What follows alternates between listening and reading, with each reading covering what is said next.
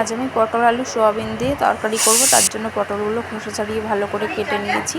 এদিকে কিছুটা পরিমাণ সোয়াবিন নিয়ে নিয়েছি, আলু কেটে নিয়েছি ভালো করে খোসা ছাড়িয়ে। এবার আমি আলুগুলোকে ভালো করে ধুয়ে নিয়েছি।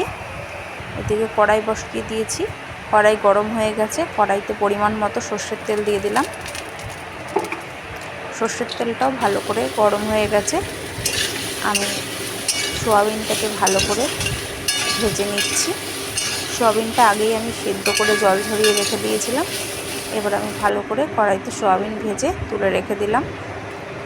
এদিকে আবারও কড়াইটা আমি গরম করে নিচ্ছি। কড়াইতে পরিমাণ মতো সর্ষের তেল দিয়ে দিলাম। সর্ষের তেল গরম হয়ে গেছে। আমি ধুয়ে রাখা পটলগুলোকে দিয়ে দিয়েছি। এবার পটলগুলো ভালো করে নাড়িয়ে চাড়িয়ে ভেজে নেব। পটলগুলো ভালো করে ভাজতে হবে, যাতে পটলের থেকে একটা কাঁচা কাঁচা গন্ধ বেরোয়, সেটা যাতে না বেরোয়। তার জন্য আমি ভালো করে পটলগুলোকে নাড়িয়ে চাড়িয়ে ভেজে নেব। আপনারাও একটু পটলটাকে ভালো করে ভেজে নেবেন, দেখবেন তরকারিটা খেতে খুবই ভালো লাগে। আর নিরামিষের দিনে আমরা ভাবি কী করব। এইভাবে যদি পটল আলু আর সোয়াবিন দিয়ে তরকারি করেন, তাহলে আর চিন্তাই করতে হবে না। আলুগুলো দিয়ে দিয়েছি পটলের মধ্যে। এবার আলু পটল একসাথে খানিকটা সময় ধরে ভেজে নেব।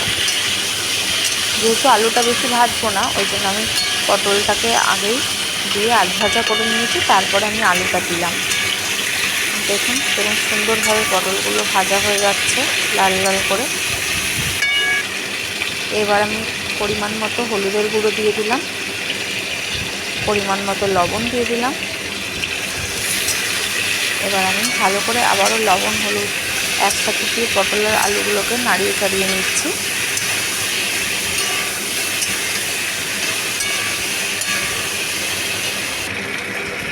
এবার টমেটো কুচি দিয়ে দিলাম, জিরের গুঁড়ো দিয়ে দিলাম, আদা বাটা দিয়ে দিলাম।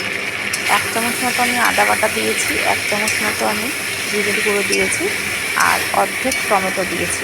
আপনারাও আপনাদের পটল আলুর পরিমাণ অনুযায়ী দেবেন মশলাটা। আমি খুব বেশি মশলা এখানে ইউজ করিনি। আপনারাও খুব বেশি মশলা না দিয়ে করলেও চলবে। আমি আখের গুড় দিয়ে দিলাম, চিনির বদলে আমি এখানে আখের গুড় ব্যবহার করেছি, আপনারা চিনিও ব্যবহার করতে পারেন। এবার ভালো করে আমি নাড়িয়ে চাড়িয়ে নিচ্ছি পটলগুলো।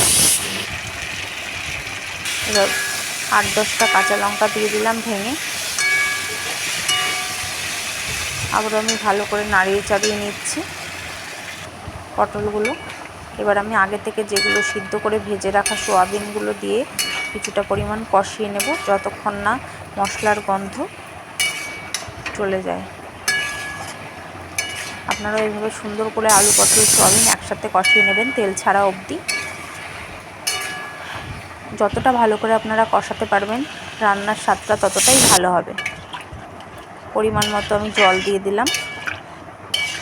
এবার আমি সমস্ত আলু পটল সিদ্ধ হওয়ার জন্য কিছুক্ষণ সময় রেস্টে রাখবো। দেখুন পুরোপুরি রেডি হয়ে গেছে আমার পটল আলু সোয়াবিনের তরকারি। কেমন হয়েছে আপনারা বলবেন।